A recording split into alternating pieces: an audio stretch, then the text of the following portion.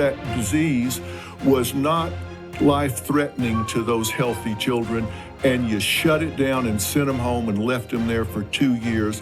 Some of them locked up with their abusers, the rest of them dealing with anxiety, depression, loneliness, and suicide. You did it because you could.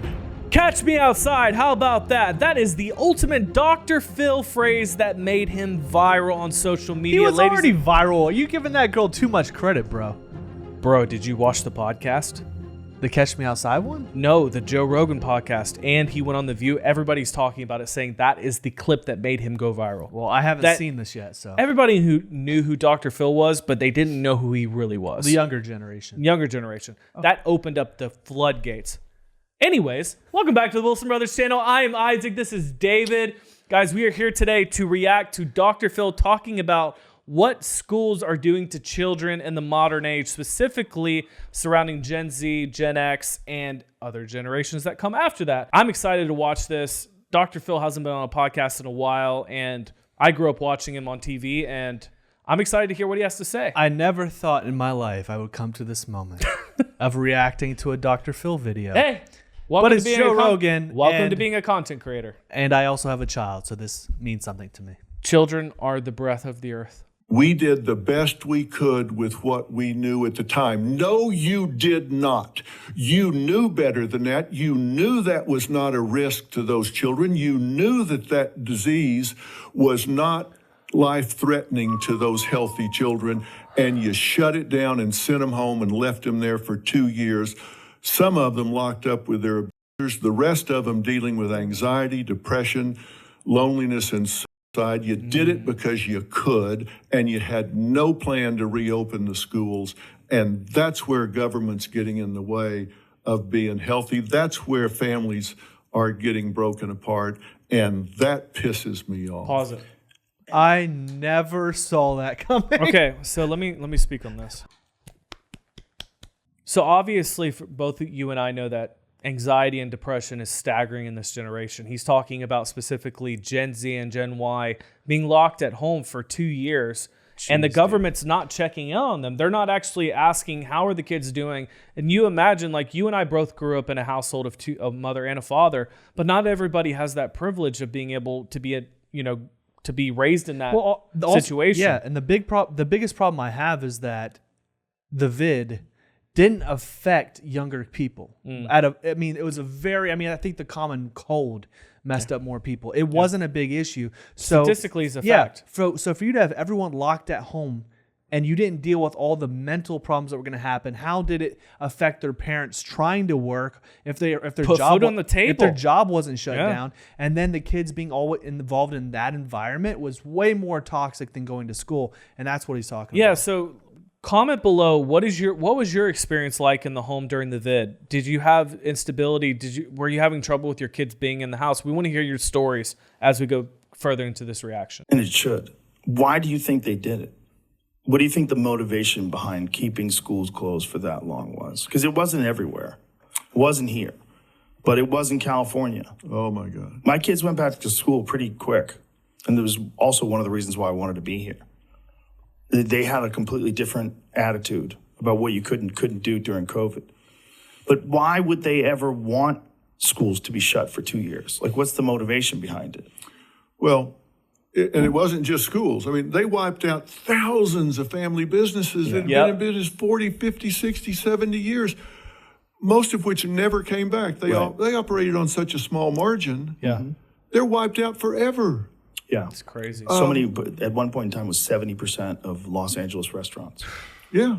70%? And then they spent $5.5 trillion counting stimulus checks, unemployment, extended unemployment benefits, $4.4 trillion of which went into savings and checkings account, which means they didn't need it.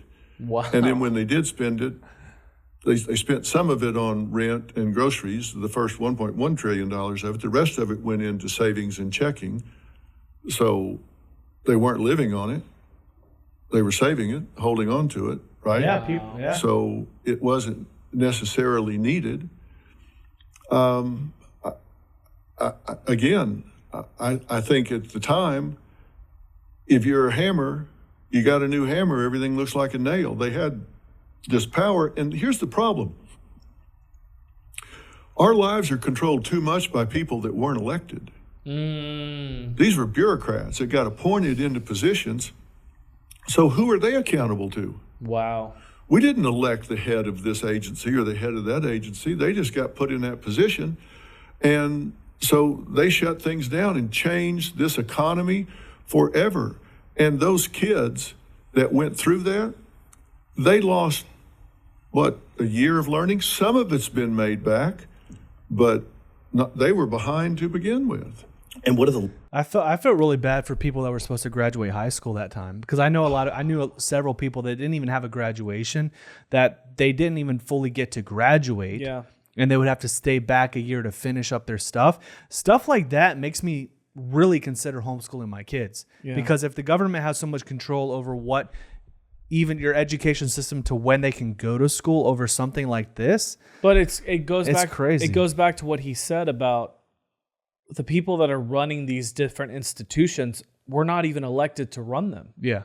They were appointed bureaucrats by some super PAC or some unionized system somewhere to line their own pockets. Yeah. So the bureaucrats are saying we don't actually care about the everyday American. I don't care what side of the political spectrum you're on, right? This is not a political discussion. This is American versus non-American. Every single kid that grew up and that was a teenager that wanted to go to prom or wanted to graduate from high school and get a degree or start a business or any of that, 70% of restaurants in Los Angeles were closed as a result of I'm surprised the vid. I'm surprised it wasn't 100%. That's insane. And that was the result of bad leadership, bad economic policies, and bad federal agencies that come down and try to control from a bureaucratic standpoint that don't understand the average American struggle. And what's so important about this is that you guys might ask, well, you guys on your channel are all about masculinity, helping men be stronger. We are about helping men be stronger mentally, physically, every area of life. And you have to be educated is very important, because if you are not educated, then you are completely subject to whatever higher powers might be. But this affects the family. But that's what I'm saying. This affects the man in the house. Yeah, If you but guys so many people just stood by. Yeah, but people were afraid to let their kids go back in school. Why do you think men stood by and let this happen? Because they were terrified. Of what? And they thought they were powerless. When a man feels powerless, he loses all of his masculinity. Yeah, because you feel like you can't do anything. Yeah, a man, I know for me, the moment that I felt the most emasculated is when I felt powerless and full of fear. That's what the vid did, is that it emasculated men. I can't speak on behalf of women and children. I can speak on behalf of myself. But that emasculated men to feel I can't actually do anything that's worth value because I'm stuck in my home. Dude, I was so glad that I didn't live in like Australia. And you know what they did in Australia? Oh, it's complete lockdown. Dude, if you went on a walk or a run outside, you would be arrested and like hit with You were bats. fined. Yeah, we had friends that were fined. Yeah, you couldn't be seen outside. And there was an entire neighborhood watch things going on that people would legit be spying on you and reporting you to the authorities. You guys know what the ism is that we're talking about. long-term consequences of that? Well, the pediatric epidemiologists suggest that millions of years of life have been lost. And I'll tell you why. Because they don't close the achievement gap educationally, which means they don't do as well in school, so they don't get as good at jobs, and the more blue-collar jobs are riskier, because they're working with their hands, they're working in places where they're more inclined to get injured or killed on the job. They have poorer benefits in lesser jobs, so diseases get diagnosed more slowly, and so they get treated later in the disease progression, which means that there's a higher mortality rate.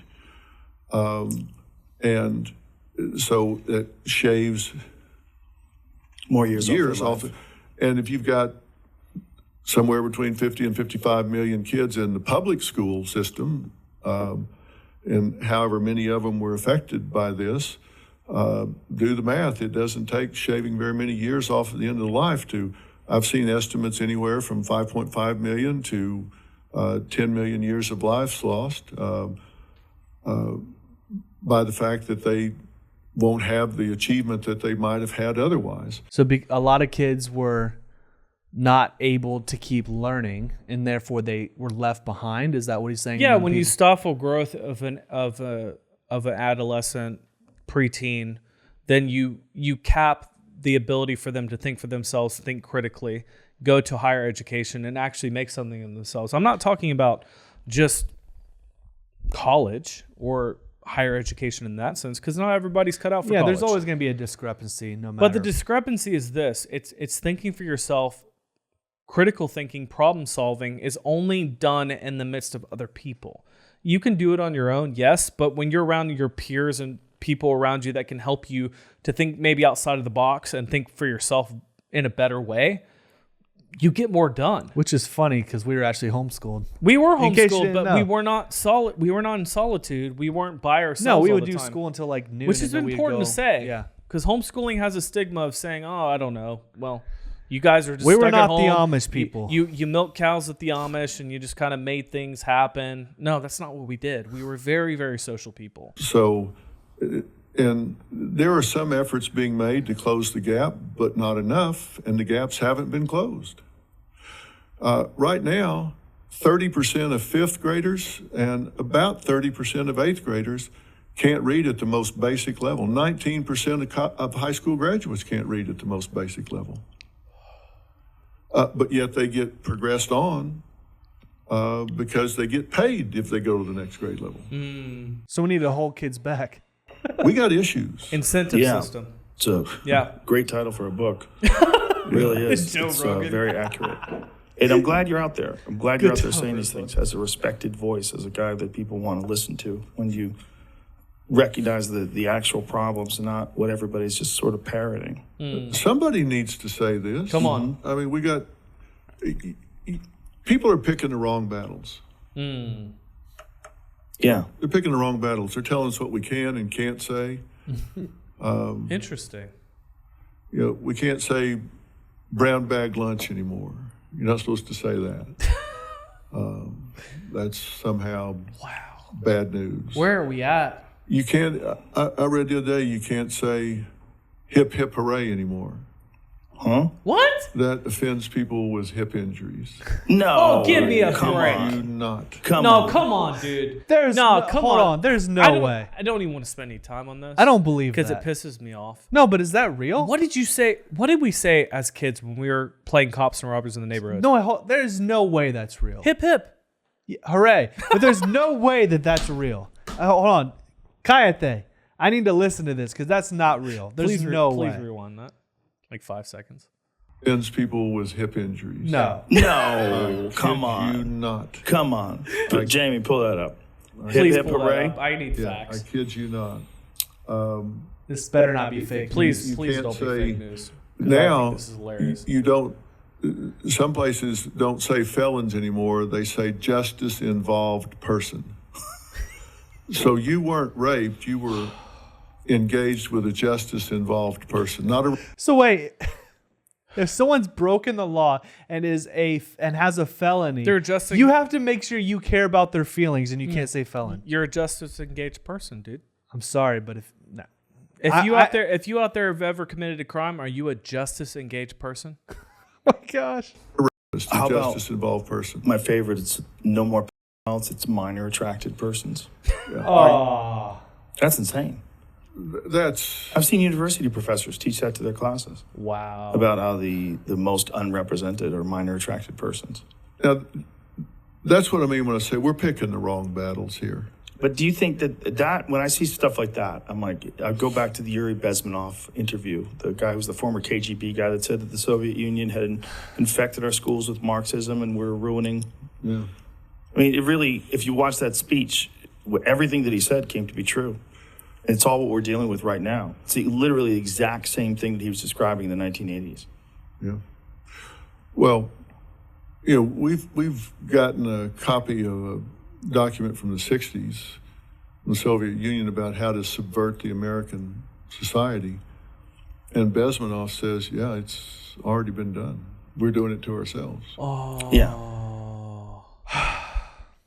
So, David, how do you think we're doing it to ourselves? What do you think the cognitive decline in America is?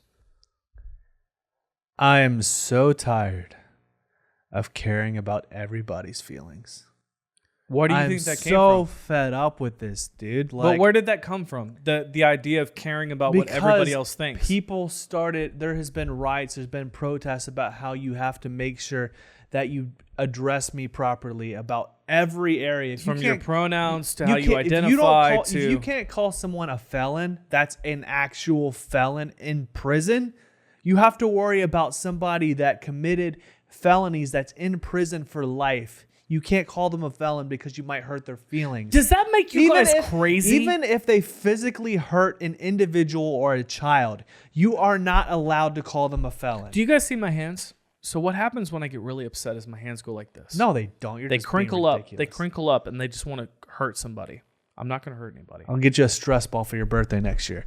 But this is ridiculous, dude. I don't know what else to say to this except, men, it's time for you to rise up. We're rising. You're going to rise with us. Respect for Dr. Phil. I know. I have a lot of respect for you saying that. I didn't know where he stood politically or socioeconomically or even ideologically, because I know he's a doctor. He had a show for decades on the internet. People would watch growing up. We watched it.